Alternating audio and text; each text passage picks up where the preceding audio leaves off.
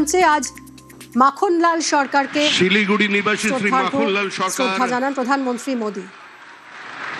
সবরই প্রতীক্ষার মতো দীর্ঘ প্রতীক্ষা ভারত কেশরী ডক্টর শ্যামাপ্রসাদ মুখার্জি, যিনি ভারতের সংবিধান এবং ভারতবর্ষের অখণ্ডতার জন্য এই বাংলায় জন্মগ্রহণ করে নিজের প্রাণ দিয়েছিলেন, যাকে কাশ্মীরের জেলে রহস্যজনকভাবে কার্যত খুন করা হয়েছিল, এবং তার সেই যাত্রার যিনি সহযোগী ছিলেন সেই মাখনলাল সরকার ৯৭ বছর বয়স হয়েছে তার, তিনিও আজকের দিনে আমাদের এখানে এসে উপস্থিত হয়েছেন। শ্রী মাখনলাল সরকার তারপরে দিল্লিতে একটি দেশাত্মবোধক গান গাওয়ার জন্য দিল্লি পুলিশ তাকে গ্রেপ্তার করে, কংগ্রেসের সরকার নিয়ে যাওয়া হয় বিচারালয়ে। বিচারপতি বলেন তার উকিলের পরামর্শে যে ক্ষমা চান, আপনার মুক্তি দেব, কিন্তু মাখনলাল সরকার বলেছিলেন আমি কোনো অপরাধ করিনি, সুতরাং আমি একটা গান গেয়েছি। বিচারপতি বলেন তাহলে আপনি গানটা গেয়ে শোনান।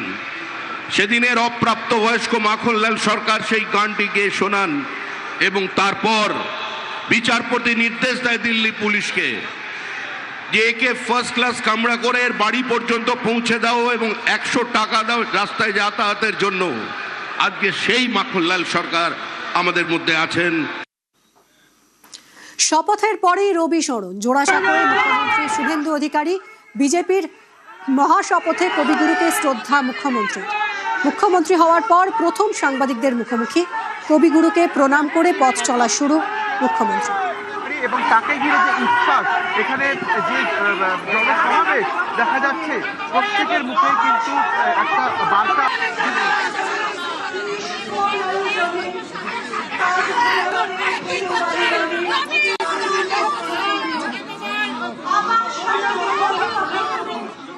কবিগুরুকে প্রধানমন্ত্রী প্রণাম জানিয়ে মুখ্যমন্ত্রীকে শপথ নেওয়ালেন এবং আমরা দায়িত্বভার নিলাম। বাংলা বাঙালির সংস্কৃতি কবিগুরুর চেতনাতে, কবিগুরুর ভাবনাতে হবে, তার আজকে শুভ সূচনা। একটাই মন্ত্র স্বামীজির, চোরইবতী চোরইবতী। আমি একটি বিতর্কিত কথা বলবো না, আমি মুখ্যমন্ত্রী, আমি এখন সকলের। আমি চাই শুভ বুদ্ধির উদয় হোক।